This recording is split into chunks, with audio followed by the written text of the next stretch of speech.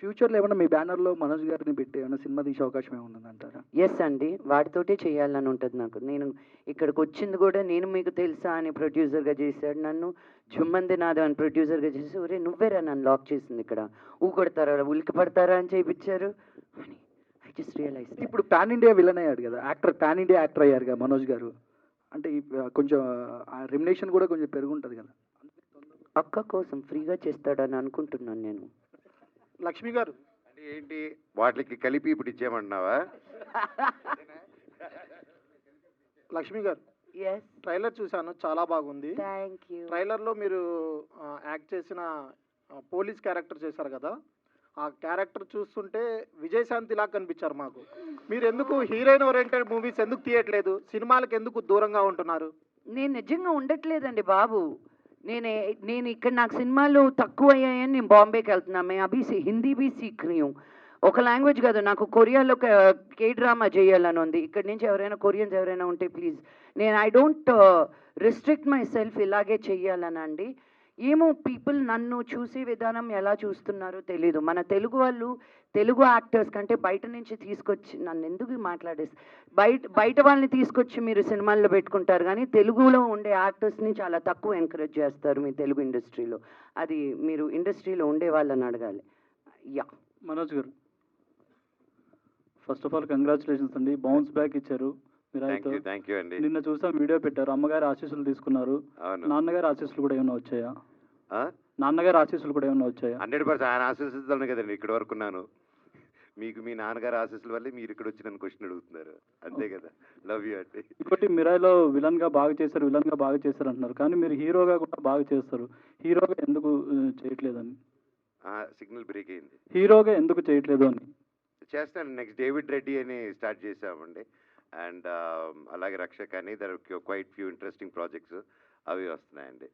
Wish all the best. Thank you so much అండి.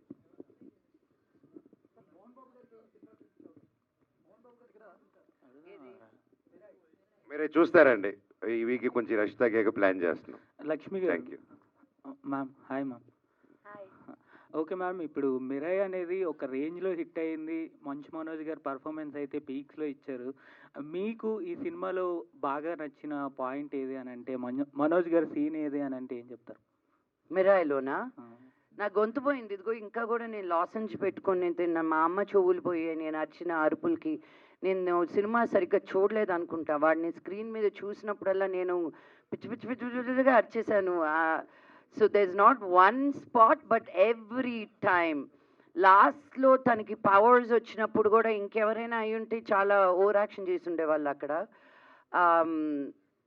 Just it's so difficult to be subtle ఆ టైంలో.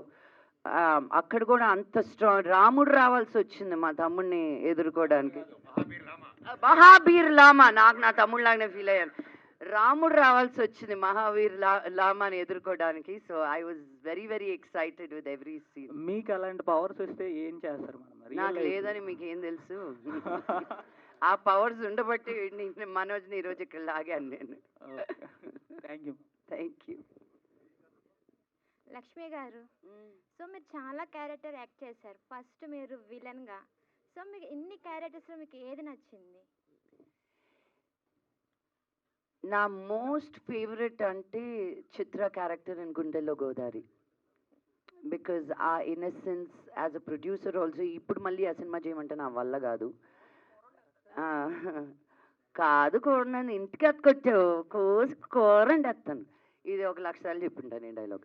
But that's my favourite because it's so away from my character but so it's a Lakshmi that I used to know. So అసలు దక్షలో మీరు ఒక్క అమ్మాయి గురించి బాగా ఎక్కువ చూపిస్తున్నారు, మాకేం చెప్తారా అమ్మాయి? అంటే ట్రైలర్లో చూసాం కదా అమ్మాయిని వెతుకుపోవడం అండ్ కాల్ చేసేయడం ఒక రూమ్లో ఉండి. నేను కథంతా చెప్తే నేను ఎందుకు సినిమాకి వెళ్తావు నువ్వు? అందుకే అలా డౌట్లు ఇచ్చి వదులుతాం అనమాట ట్రైలర్లో.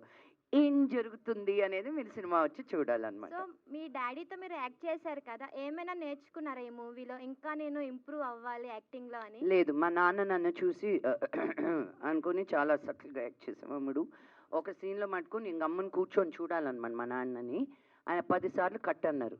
నా నోట్లో నుంచి ఒక పదం రాలేదు. నేను మనోజ్కి కూడా చెప్పాను అది. ఆయన డైలాగ్ చెప్పాలి.